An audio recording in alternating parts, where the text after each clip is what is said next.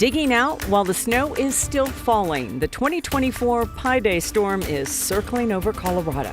We're not out of the snow yet. Our team of meteorologists is tracking the storm that is still dumping and when we can expect to see it clear out. Went to flip on the bathroom light and no lights, so right away I knew there's no power. The heavy wet snow is causing problems for power and trees, with thousands having lost power today. The big trucks made such a mess of I-70 overnight that CDOT says they have to wait until tomorrow. And our snow chaser, Corey Reppenhagen, is hanging out in the bullseye of the storm with massive totals. 9 News team coverage starts now. Just after 4 o'clock on this Pi Day, we're piling up the snow in Colorado. Here's a live look at the radar. The snow is not finished with us yet. In the last 15 minutes, though, we did get some good news from CDOT. They've reopened I-70 between Silverthorne and Golden in both directions.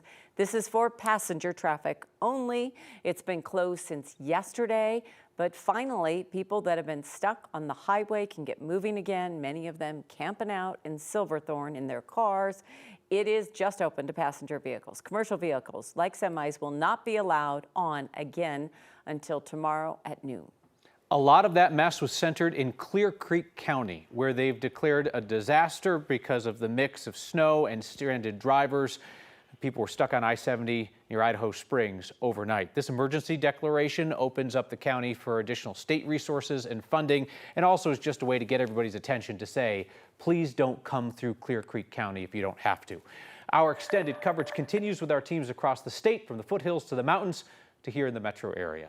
The storm, as we said, is not finished just yet. We have more snow coming in the evening hours tonight, so we're getting ready for that. And a number of folks are going to see a snow day from school tomorrow. Denver Public Schools out, and 3 districts are going to extend next week's break by giving kids tomorrow as well. Cherry Creek, Jeffco, and Dougco schools. We want to start with the forecast because, Kathy, so many people are wondering, when does it stop?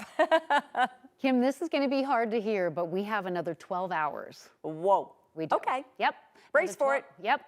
Before we really start to see some major improvement. This storm, the center of the circulation, is still west and south of Colorado. The counterclockwise flow pulling up so much moisture into Colorado that we've just seen unbelievable snow totals. East to northeast winds bringing those heavy snow bands right back into the Front Range.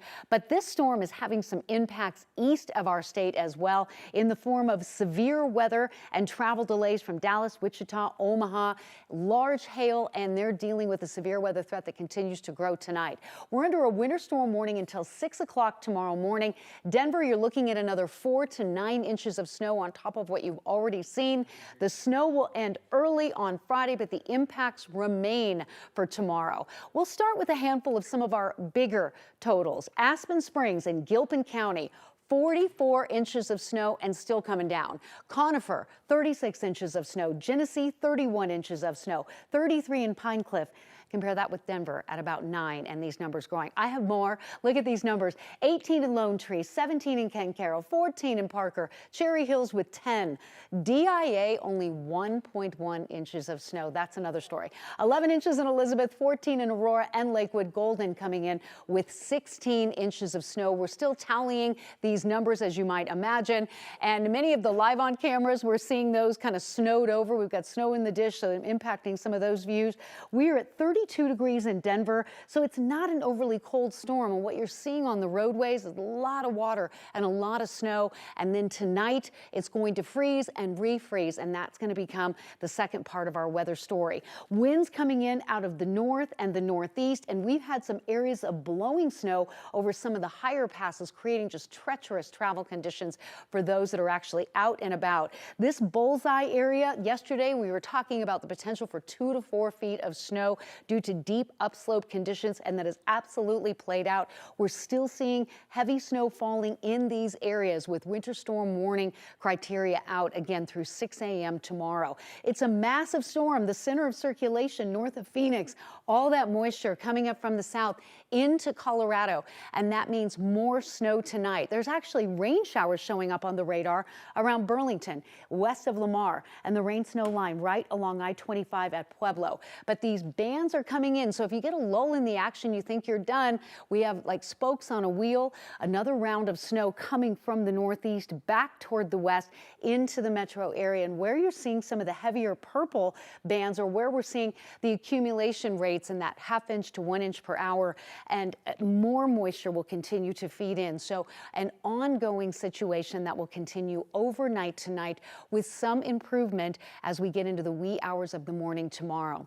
We remain under a winter storm warning in Denver through 6 o'clock tomorrow for an additional 4 to 9 inches of snow. Foothill areas could see another 7 to 14 inches of snow on top of what you've already seen. So snow continues tonight. We'll continue to watch it tomorrow morning. We do start to see some improvement by 4 o'clock in the morning, 12 hours from now. And then by tomorrow afternoon, you might actually have a little sunshine and things will start to melt. We get that time to shovel and to dig out. We're going to talk much more about this and look ahead to the weekend forecast coming up. All right. Thank you, Kathy. We'll be staying on us throughout the evening. Our Rachel Krause is joining us from I-70 along Silverthorne area. She, like many others, had been stuck trying to get just to Silverthorne, got there, and now finally traffic is moving, Rachel. It's a big news. Area was shut down to traffic.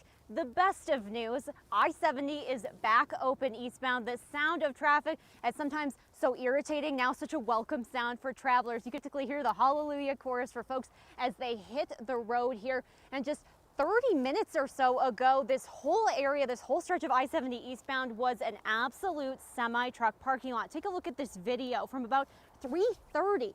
Absolutely just semis parked, all lined up here on I-70. Again, drivers can now drive on I-70 from Vail to Denver. Once again, commercial drivers are not able to be driving on I-70 eastbound right now, but this is still such welcome news for folks who have been stuck.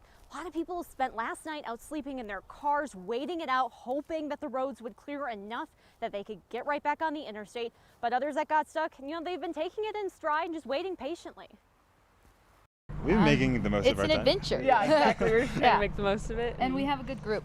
Yeah. We all love each other, and it's beautiful out here, and everyone's nice. Yeah, exactly. I think the most important thing is just that everyone stays safe. Yeah. And getting frustrated isn't going to change anything. So let's just be happy.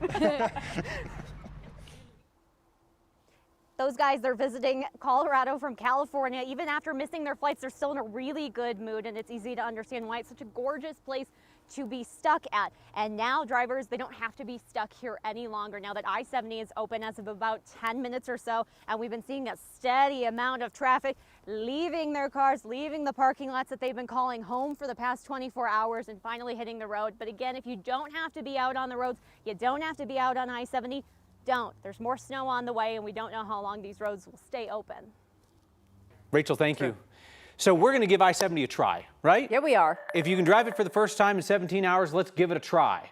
This is a live look at driving westbound on I-70. You saw the new Mount Blue Sky exit, formerly Mount Evans. They're going through Idaho Springs and clear driving on the roads. What did the realtor tell us about an hour ago? That they got about 3 feet of That's what he snow was in town? guessing. Yeah, he's been out there shoveling all day. They've been showing up to the grocery store in snowmobiles. Our Lauren Robinson is on I-70, heading westbound. How's it looking, Lauren? Oh, okay, that is Lauren. I realized she wasn't talking, but I'm talking for her. Anyway, there she is, driving by Epic. There's that Epic Pass. This has kind of been an epic storm for a lot of people as well. But it looks pretty good. It's wet, though, and it's going to get colder, but thank goodness it's not like what we've been looking at for the last 24 hours, which is really scary stuff.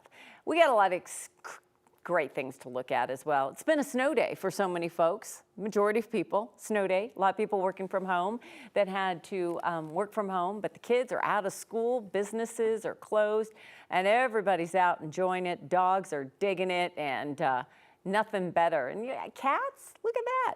Got little kiddos. It's a good time. Thank you for sharing all these great photos with us. A lot of smiling, a lot of good, hearty Colorado folks.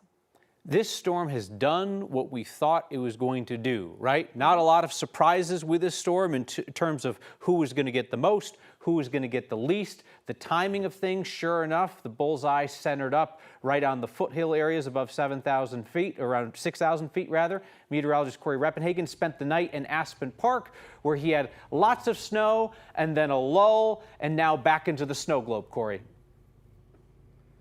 Back into the snow globe. This storm has really been impressive. We've really had not too much of a lull here in the foothills as we went through the day. The snow has been really big all throughout the day. You can see right now, just look around me, the snow is just piling up deep as far as the eye can see on trees, roadways, vehicles. In fact, they're cleaning up in front of me here. The bed and breakfast that we're at is trying to get the roadway out here open again so that they can have new guests come in. But right here in the background is my Subaru. I'm gonna get a little measurement back here. You can see this yardstick just get buried deep in there, 22.5 inches on top of this vehicle, and this has been blowing off.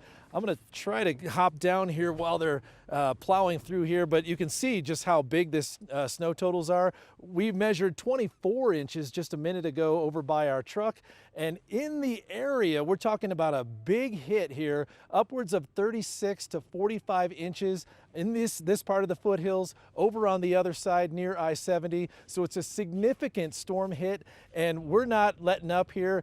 Kathy said that there'll be about another 12 hours. That immediately makes me calculate as the plow driver kind of continues to try to get this area clean here for the new guests. So 12 hours, we've been getting snowfall rates of almost a ½ inch per hour. So if we get 12 more hours, that's at least 6 more inches if we stay at this rate. And it looks like we might get a little bit heavier rates coming up. So we're looking at maybe getting ourselves up to that 30-inch mark right here where I'm sitting by the end of this storm. Wow. That's something. And Corey, I know he's been working, I think, 24 hours for us too. So we really appreciate you. You and Chris Hansen, you guys have been out there watching it. And inch by inch, every time we come back to you, there's a couple more inches. I know, it's been impressive. You know, it's fun to watch a storm, it's fun to forecast a storm, but I just love to get out in it after the forecast and watch it verify. And this one has been very satisfying to actually watch this unfold in the foothills. I know they're used to it, but this is actually bigger than most of the storms they see up here. Verify. You know, if we were talking about sports betting, what he talks about is verifying. It covered, right? The storm covered. He laid down a bet and the storm covered, right? Right? Go cash in your ticket, Corey, because your storm covered. Thank you, sir. Big money. Yeah, big money. So we're seeing a number of small power outages across the state. That's what happens when the tree limbs come down, right? It's not entire swaths of cities knocked out, but it's here, there, and everywhere. Xcel's reporting about 40,000 customers without power. They say they've got 300 employees out working on those outages. Here in the city of Denver, the city says that its snow removal plan pretty much went as expected, and we have not seen any visual evidence today that it didn't work as expected. Main streets are clear. They've been clear since this morning, and the side streets got their single pass a day from the smaller plow system in Denver. And we know everyone in the burbs is talking about the same thing. Which streets got plowed, which ones didn't. Golden, we know we talked to Angeline McCall. She said things were going really well in Golden this morning. But it's been Steve all day in Centennial. Steve on our side out there. He's been in Centennial. You've been witnessing everything from the roads, but mostly shoveling and taking care of people's trees and visiting with all your new neighbors. Yeah, you know, we decided to take a break from the actual work, and we wandered over to Willow Springs Open Space, which is the old Inglewood Reservoir, if anybody who lives in this area knows about it. I'd never seen people sledding here before, but we ran into a group of Arapahoe High School seniors who were just taking the afternoon. Kitson Hill is here with me. Show me what happened to you. So me and my friend had an air mattress, and we decided to go down this slope, and we made this huge jump. I was right behind him, and as soon as we hit, my head hit the back of his head, and I just started gushing blood. Oh. And I haven't cared for about an hour and a half. You look at, okay, so you tell me you're going to be in a production of Mean Girls with Arapahoe High School, is that right? Yes, sir. Okay. I'm playing Aaron Samuels. Okay. It just got postponed today and tomorrow, but we're still going to be doing the play. But you could put a little like cover up over the nose, right? I sure hope so. It might be broken. But you don't care right now because you're out here having fun. Exactly. So you built a jump. Yeah. I'm not going to take that jump. My friend is actually still building it. He's building this. Still doing it, yeah. He's got the jump down here. He's preparing it for you. Yeah. Preparing. Oh yeah. There is no way. I don't want to look like you. That would be bad for business. Okay. So there's the jump. Okay. Hey, we got this dude on standby. Okay. So we're gonna race, right? Yes, sir. Let's go. I am incredibly nervous right now. Keegan, move. You're going pretty far that way, right? Okay. Let's give it a shot. You ready? You on you. It's your Get count. it, Steve. All right. 1, 2, 3.